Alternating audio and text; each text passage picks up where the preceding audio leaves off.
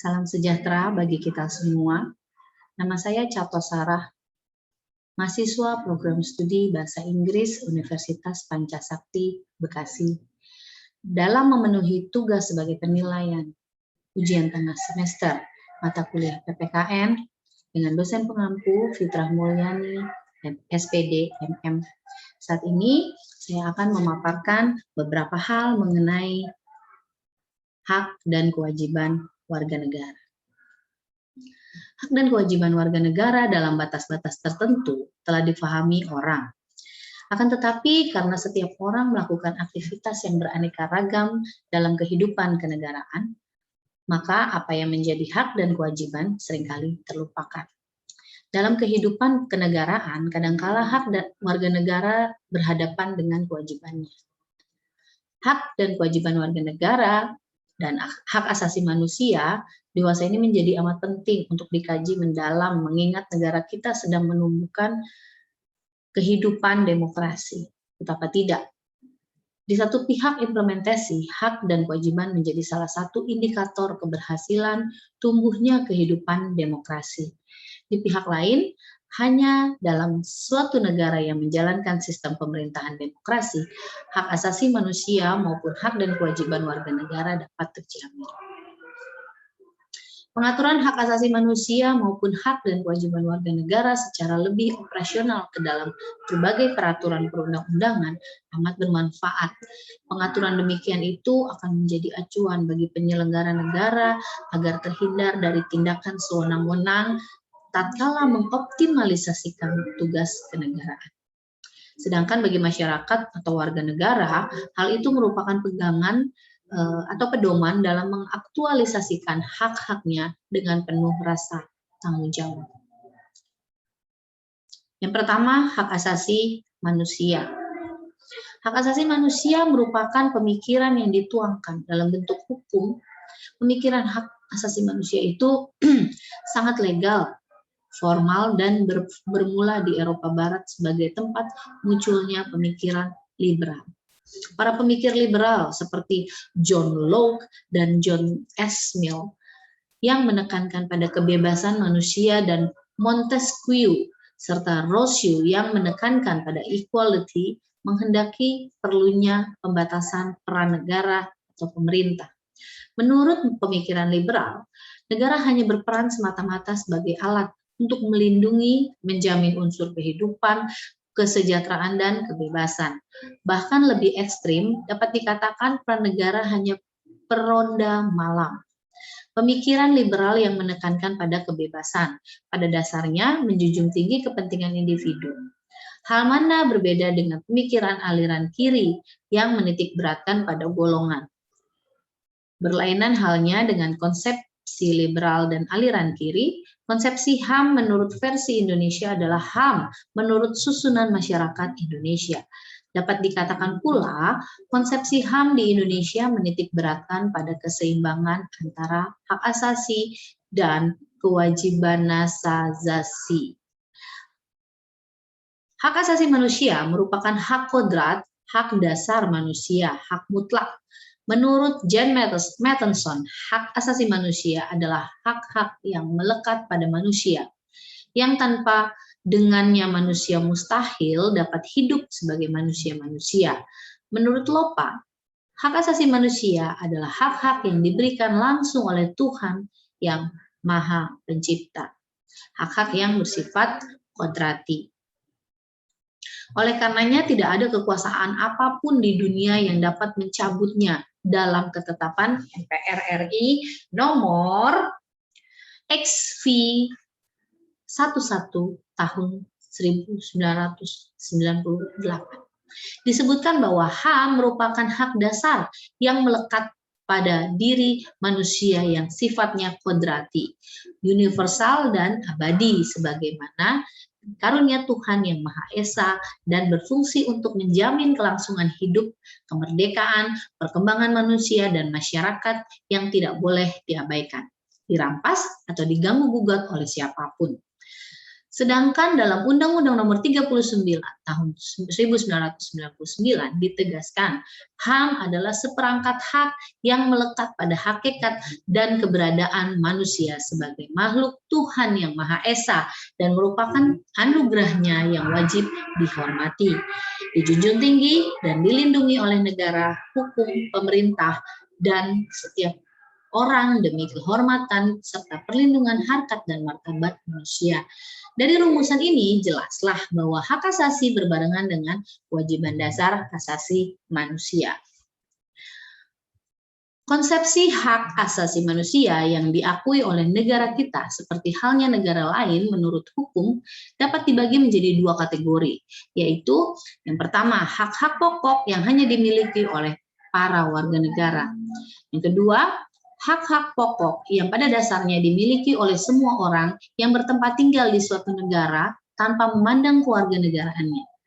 Konsepsi dasar HAM mengalami perkembangan menurut pendapat para ahli bahwa hak asasi manusia dibagi atas 4 generasi, yakni yang generasi pertama menitik beratkan pada hak-hak pribadi, politik, dan hukum. Generasi kedua menekankan pada hak-hak dasar ekonomi, sosial, dan budaya. Generasi ketiga menekankan pada hak-hak suatu komunitas untuk berkembang. Generasi keempat menekankan pada perimbangan hak dan kewajiban warga negara. Berdasarkan pembagian ini, nyatalah bahwa budaya terkait erat dengan hak asasi manusia. Budaya dapat memotivasi manusia untuk mempertahankan dan mengembangkan kehidupannya dengan bebas. Bahkan dengan budaya, apa yang dibutuhkan manusia dapat terpenuhi. Yang selanjutnya, saya akan memaparkan tentang hak dan kewajiban warga negara. Hak warga negara adalah suatu kewenangan yang dimiliki oleh warga negara guna melakukan sesuatu sesuai peraturan perundang-undangan. Kewajiban warga negara dapat pula diartikan sebagai suatu sikap atau tindakan yang harus diperbuat oleh seseorang warga negara sesuai keistimewaan yang ada pada warga lainnya. Erat kaitannya dengan kedua istilah ini, ada beberapa istilah lain yang memerlukan penjelasan, yaitu tanggung jawab dan peran warga negara. Tanggung jawab warga negara merupakan suatu kondisi yang mewajibkan seseorang warga negara untuk melakukan tugas tertentu.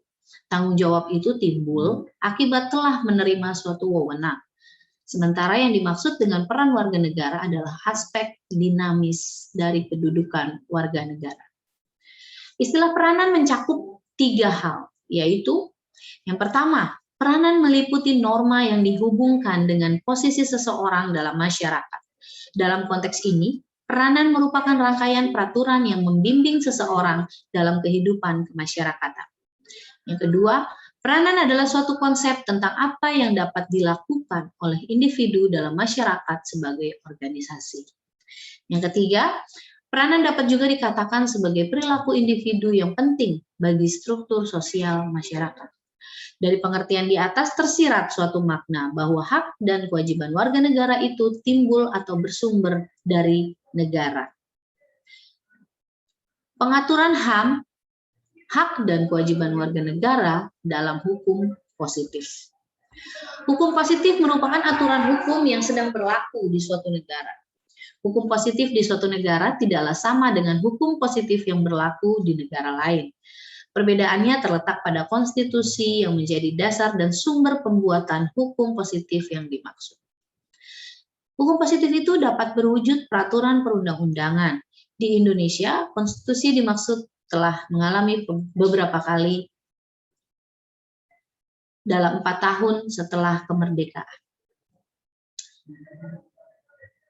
Tahun 1945 kurang lebih penggantian jika selama sampai dengan tahun 1949 diberlakukan Undang-Undang Dasar 1945. Maka selama kurun waktu sekitar 8 bulan berlaku konstitusi RIS sampai di seluruh wilayah Indonesia.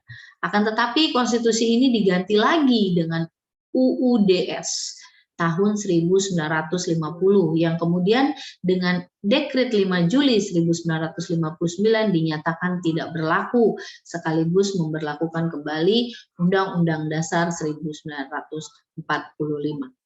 Ketiga konstitusi ini berbeda satu sama lain. Undang-Undang Dasar 1945 yang sangat singkat itu hanya mencantumkan 7 pasal tentang hak asasi manusia dengan penanaman hak warga negara. Sedangkan Konstitusi RIS dan Undang-Undang UUDS tahun 1945 merinci hak asasi manusia secara detail dalam hampir sekitar 30 pasal yang ternyata cenderung memiliki kesamaan dengan Universal Declaration of Human Rights. Pengaturan hak asasi manusia sangat terbatas dalam Undang-Undang Dasar 1945. Menurut Ahadian disebabkan karena rancangan Undang-Undang Dasar dibahas dalam suasana ingin merdeka dari penjajahan Belanda yang dengan sendirinya tidak ingin memuat hal-hal yang berasal dari faham Barat termasuk HAM 6.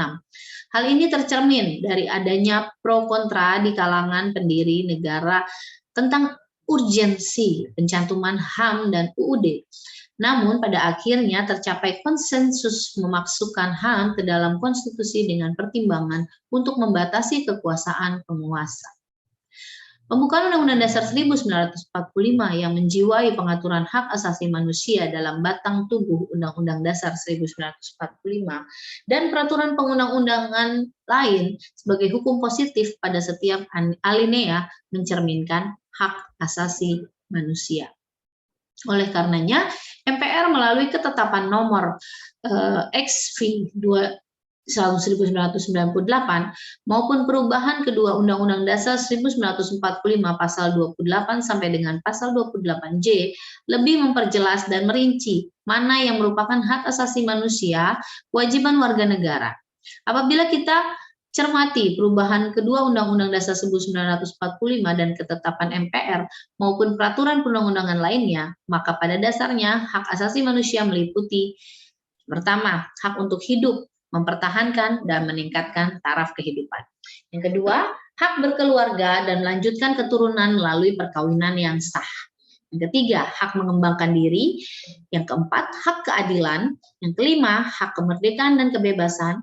Yang keenam, hak atas kebebasan informasi, ketujuh, hak keamanan, dan juga hak kesejahteraan.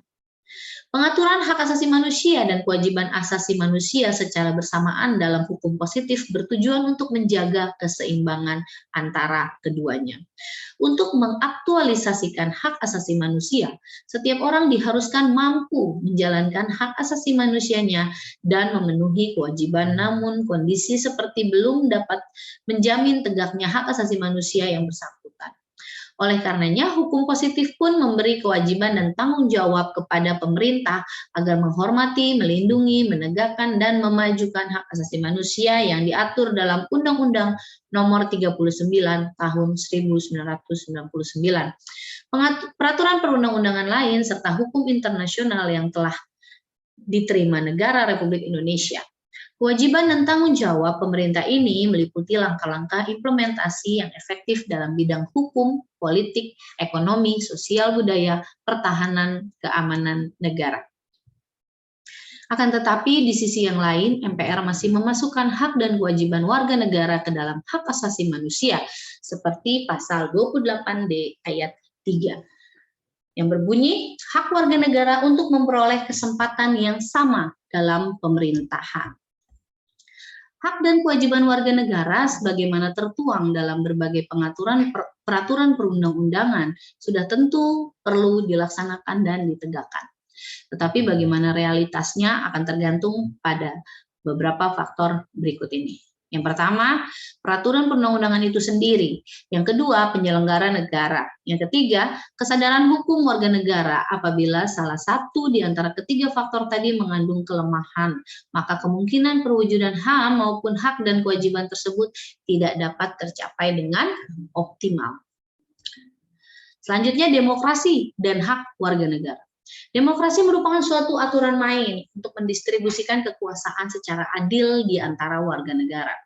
Pengertian demokrasi sebenarnya lebih luas dari pengertian politik karena dapat diterapkan dalam kehidupan ekonomi dan sosial. Penerapan demokrasi dalam bidang ekonomi antara lain mengikut sertakan warga negara, khususnya pekerja, dalam pengambilan keputusan yang berkaitan dengan kemajuan perusahaan dan keterlibatan pekerja dalam proses produksi, keamanan, dan kesejahteraan dalam perusahaan. Jadi demokrasi dan HAM maupun hak dan kewajiban warga negara merupakan dua hal yang saling terkait.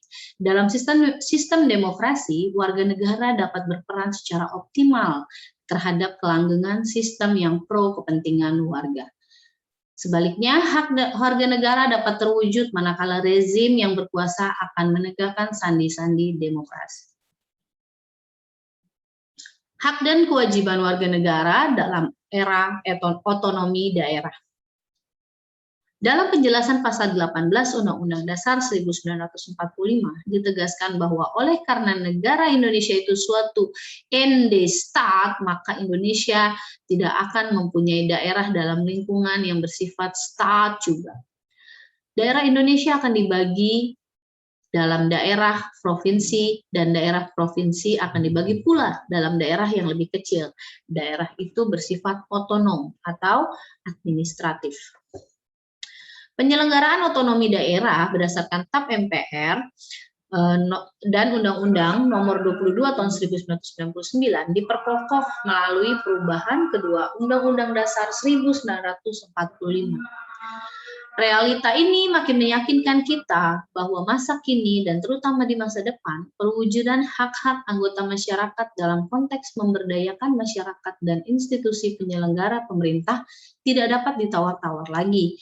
Hal ini cukup beralasan karena pada masa lampau prinsip otonomi daerah cenderung merupakan kewajiban. Dalam rangka pencapaian tujuan yang dimaksud, peranan masyarakat cukup menentukan. Agar peran itu menjadi optimal, masyarakat harus memahami dan melaksanakan apa yang menjadi hak dan kewajibannya. Apapun yang menjadi hak masyarakat antara lain, mengembangkan kehidupan demokrasi, menyampaikan saran, pendapat secara bertanggung jawab, ikut mewujudkan penyelenggaraan negara yang bersih. Selanjutnya, mengembangkan usaha, melakukan kontrol terhadap penyelenggaraan pemerintah Indonesia, mendapatkan keadilan, berhak atas perlindungan dan kepastian hukum, mengembangkan budaya, mendapatkan pelayanan, menikmati hasil-hasil pembangunan. Sedangkan kewajiban masyarakat meliputi mentaati peraturan perundang-undangan termasuk peraturan daerah, mendukung pelaksanaan tugas pemerintah, memelihara persatuan dan kesatuan, memelihara fasilitas-fasilitas sarana kepentingan umum, menyampaikan pengaduan wajib, mewujudkan penyelenggaraan negara yang bersih. Kesimpulan dari uraian di atas dapat disimpulkan antara hak asasi manusia dengan hak dan kewajiban warga negara terdapat perbedaan namun tidak dapat dipisahkan. Kedua, HAM bersumber dari kodrat manusia sebagai ciptaan Tuhan yang Maha Esa, bersifat universal dan abadi, tidak tergantung kepada peraturan perundang-undangan. Sedangkan hak dan kewajiban warga negara timbul karena adanya peraturan perundang-undangan. Peraturan perundang-undangan sebagai bagian dari hukum positif yang menjamin perwujudan HAM dan yang mengatur hak serta kewajiban warga negara amat diperlukan sebagai kontrol dan pedoman penyelenggaraan negara serta aktivitas warga negara. Pengakuan HAM dan hak serta kewajiban warga negara merupakan salah satu atribut dari negara demokrasi yang berdasar atas hukum. Hendaknya warga negara meningkatkan pemahaman dan pelaksanaan hak asasi manusia, hak dan kewajibannya dengan mengacu pada seluruh peraturan perundang-undangan yang bersifat responsif. Dalam rangka pelaksanaan tanggung jawab aparat pemerintahan terhadap penghormatan, perlindungan, pemajuan, dan penegakan hak asasi manusia dan hak serta kewajiban warga negara perlu menempuh hal-hal sebagai berikut. Menyebarluaskan pemahaman HAM, hak dan kewajiban warga negara kepada masyarakat, penciptaan suasana kondusif, secara kontinu melakukan pengkajian, penelitian, dan erat menyempurnakan peraturan perundang-undangan dengan melibatkan masyarakat. Peningkatan kualitas kemampuan aparatur pemerintah atau penegak hukum, Lalu yang terakhir, menggalang partisipasi dan dukungan masyarakat. Demikian pemaparan yang saya paparkan. Terima kasih. Selamat siang. Salam sejahtera bagi kita semua.